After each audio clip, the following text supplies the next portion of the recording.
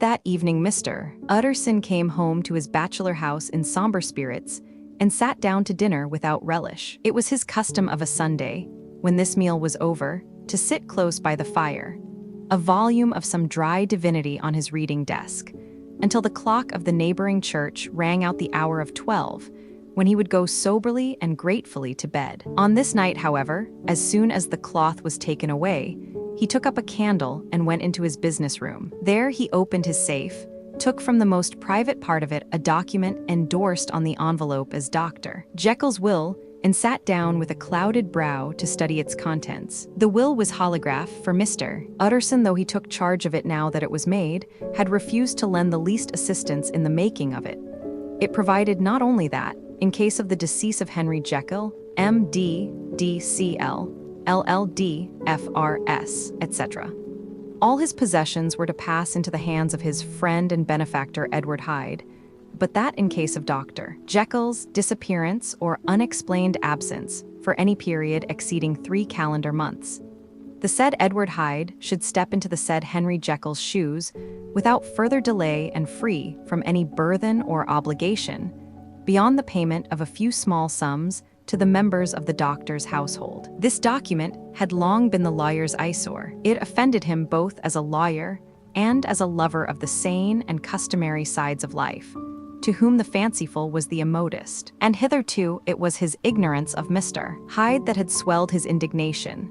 Now, by a sudden turn, it was his knowledge. It was already bad enough when the name was but a name of which he could learn no more. It was worse when it began to be clothed upon with detestable attributes.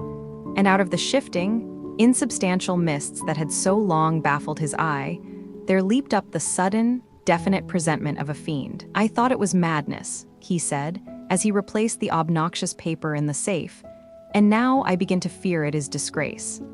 With that, he blew out his candle, put on a greatcoat, and set forth in the direction of Cavendish Square, that citadel of medicine, where his friend, the great Dr. Lanyon, had his house and received his crowding patients. If anyone knows, it will be Lanyon, he had thought. The solemn butler knew and welcomed him.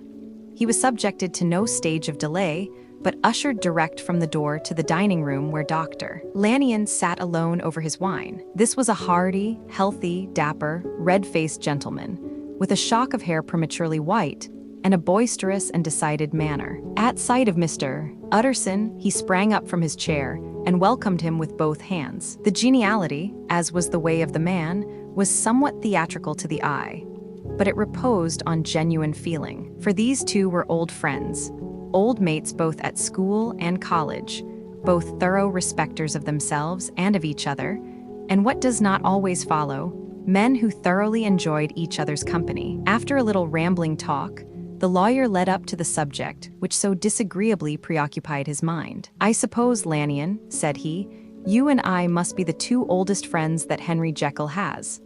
"I wish the friends were younger," chuckled Dr. Lanyon, "but I suppose we are. And what of that? I see little of him now."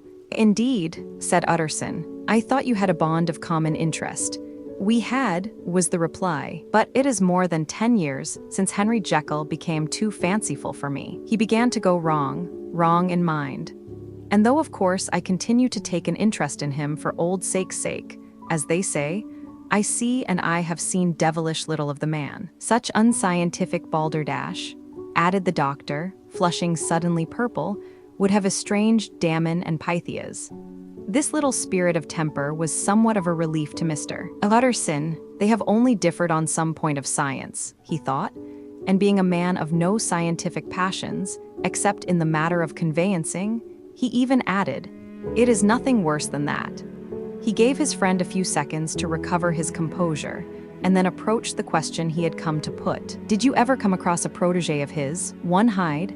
he asked. "Hyde," repeated Lanyon. "And no, never heard of him, since my time."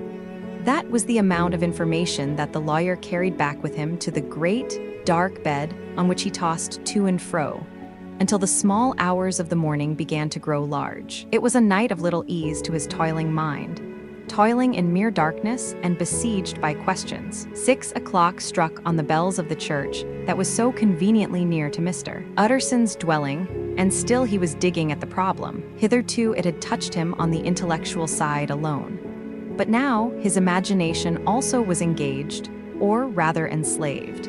And as he lay and tossed in the gross darkness of the night and the curtained room, Mr. Enfield's tale went by before his mind in a scroll of lighted pictures. He would be aware of the great field of lamps of a nocturnal city, then of the figure of a man walking swiftly, then of a child running from the doctors, and then these met, and that human juggernaut trod the child down and passed on regardless of her screams. Or else he would see a room in a rich house where his friend lay asleep, dreaming and smiling at his dreams.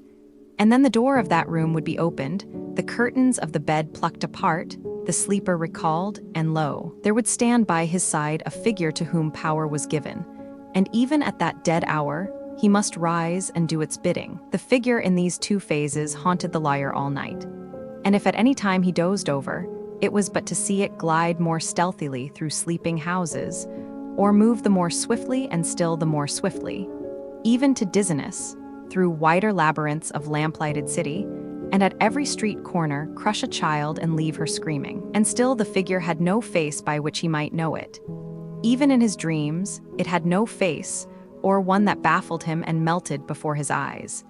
And thus it was that there sprang up and grew apace in the lawyer's mind a singularly strong, almost an inordinate, curiosity to behold the features of the real Mr. Hyde. If he could but once set eyes on him, he thought the mystery would lighten and perhaps roll altogether away, as was the habit of mysterious things when well examined. He might see a reason for his friend's strange preference or bondage, call it which you please, and even for the startling clause of the will. At least it would be a face worth seeing. The face of a man who was without bowels of mercy. A face which had but to show itself to raise up, in the mind of the unimpressionable Enfield, a spirit of enduring hatred. From that time forward, Mr. Utterson began to haunt the door in the by-street of shops, in the morning before office hours, at noon when business was plenty and time scarce, at night under the face of the fogged city moon. By all lights, and at all hours of solitude or concourse, the lawyer was to be found on his chosen post. If he be Mr. Hyde, he had thought, I shall be Mr. Seek, and at last his patience was rewarded. It was a fine dry night, frost in the air, the streets as clean as a ballroom floor, the lamps unshaken by any wind, drawing a regular pattern of light and shadow. By 10 o'clock, when the shops were closed, the by-street was very solitary, and, in spite of the low growl of London from all round, very silent. Small sounds carried far.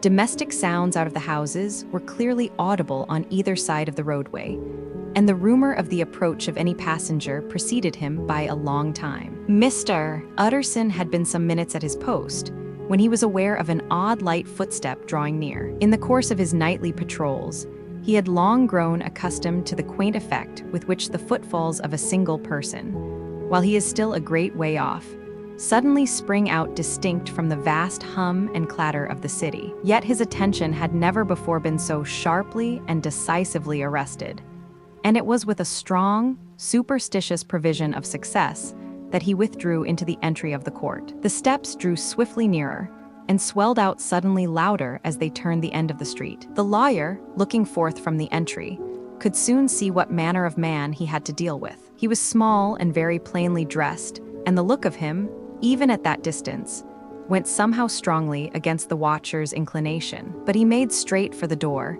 crossing the roadway to save time, and as he came, he drew a key from his pocket like one approaching home. Mr. Utterson stepped out and touched him on the shoulder as he passed. Mr. Hyde, I think, Mr. Hyde shrank back with a hissing intake of the breath, but his fear was only momentary, and though he did not look the lawyer in the face, he answered coolly enough, That is my name. What do you want? I see you are going in, returned the lawyer. I am an old friend of Dr. Jekyll's, Mr. Utterson of Gaunt Street. You must have heard of my name, and meeting you so conveniently, I thought you might admit me. You will not find Dr. Jekyll, he is from home, replied Mr. Hyde, blowing in the key, and then suddenly, but still without looking up, How did you know me? He asked. On your side, said Mr. Utterson, will you do me a favor? With pleasure, replied the other. What shall it be? "Will you let me see your face?" asked the lawyer. "Mr." Hyde appeared to hesitate, and then, as if upon some sudden reflection, fronted about with an air of defiance. And the pair stared at each other pretty fixedly for a few seconds. "Now I shall know you again," said Mr. Utterson. "It may be useful." "Yes," returned Mr. Hyde, "it is as well we have met, and apropos, you should have my address." And he gave a number of a street in Soho. Good God, thought Mr. Utterson, can he too have been thinking of the will? But he kept his feelings to himself and only grunted in acknowledgement of the address. "And now," said the other, "how did you know me?" "By description," was the reply. "Whose description?" "We have common friends," said Mr. Utterson. "Common friends," echoed Mr. Hyde a little hoarsely. "Who are they?" "Jekyll, for instance," said the lawyer. "He never told you," cried Mr. Hyde with a flush of anger. "I did not think you would have lied." "Come," said Mr. Utterson, "that is not fitting language." The other snarled aloud into a savage laugh, and the next moment, with extraordinary quickness, he had unlocked the door and disappeared into the house. The lawyer stood a while when Mr. Hyde had left him, the picture of disquietude. Then he began slowly to mount the street, pausing every step or two and putting his hand to his brow like a man in mental perplexity. The problem he was thus debating as he walked was one of a class that is rarely solved. Mr. Hyde was pale and dwarfish. He gave an impression of deformity without any nameable malformation. He had a displeasing smile. He had borne himself to the lawyer with a sort of murderous mixture of timidity and boldness, and he spoke with a husky, whispering, and somewhat broken voice. All these were points against him, but not all of these together could explain the hitherto unknown disgust, loathing, and fear with which Mr. Utterson regarded him. "There must be something else," said the perplexed gentleman. "There is something more, if I could find a name for it. God bless me, the man seems hardly human. Something troglodytic, shall we say? Or can it be the old story of Dr. Vell? Or is it the mere radiance of a foul soul that thus transpires through and transfigures its clay continent? The last, I think. For, oh my poor old Harry Jekyll, if ever I read Satan's signature upon a face, it is on that of your new friend." Round the corner from the by-street, there was a square of ancient, handsome houses, now for the most part decayed from their high estate and let in flats and chambers to all sorts and conditions of men: map engravers, architects, shady lawyers, and the agents of obscure enterprises. One house, however, second from the corner, was still occupied entire. And at the door of this, which wore a great air of wealth and comfort, though it was now plunged in darkness, except for the fanlight, Mr. Utterson stopped and knocked. A well-dressed, elderly servant opened the door. "Is Dr. Jekyll at home, Poole?" asked the lawyer.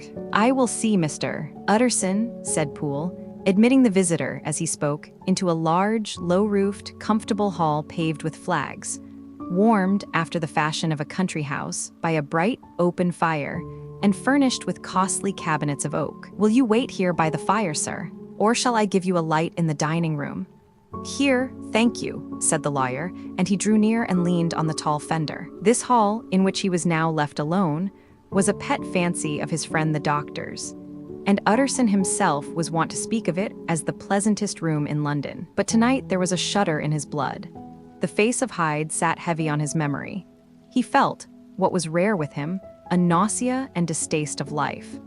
And in the gloom of his spirits, he seemed to read a menace in the flickering of the firelight on the polished cabinets and the uneasy starting of the shadow on the roof. He was ashamed of his relief when Poole presently returned to announce that Dr. Jekyll was gone out. "I saw Mr. Hyde go in by the old dissecting room, Poole," he said. "Is that right when Dr. Jekyll is from home?" "Quite right, Mr. Utterson, sir," replied the servant. "Mr. Hyde has a key." "Your master seems to repose a great deal of trust in that young man, Poole," resumed the other musingly. "Yes, sir, he does indeed," said Poole. "We have all orders to obey him." "I do not think I ever met Mr. Hyde?" asked Utterson. "Oh dear no, sir. He never dines here," replied the butler. "Indeed, we see very little of him on this side of the house. He mostly comes and goes by the laboratory." "Well, good night, Poole." "Good night, Mr. Utterson." And the lawyer set out homeward with a very heavy heart. Poor Harry Jekyll, he thought, my mind misgives me he is in deep waters. He was wild when he was young, A long while ago, to be sure. But in the law of God, there is no statute of limitations. It must be that. The ghost of some old sin, the cancer of some concealed disgrace. Punishment coming, peed Clodagh, years after memory has forgotten and self-love condoned the fault. And the lawyer, scared by the thought, brooded a while on his own past, groping in all the corners of memory, lest by chance some jack-in-the-box of an old iniquity should leap to light there. His past was fairly blameless. Few men could read the rolls of their life with less apprehension. Yet he was humbled to the dust by the many ill things he had done, and raised up again into a sober and fearful gratitude by the many he had come so near to doing yet avoided. And then by a return on his former subject, he conceived a spark of hope. This Master Hyde, if he were studied, thought he, must have secrets of his own, black secrets by the look of him, secrets compared to which poor Jekyll's worst would be like sunshine. Things cannot continue as they are. It turns me cold to think of this creature stealing like a thief to Harry's bedside. Poor Harry, what awakening, and the danger of it. For if this Hyde suspects the existence of the will, he may grow impatient to inherit. I must put my shoulders to the wheel. If Jekyll will but let me, he added, if Jekyll will only let me. For once more he saw before his mind's eye, as clear as transparency, the strange clauses of the will. /p/div/body.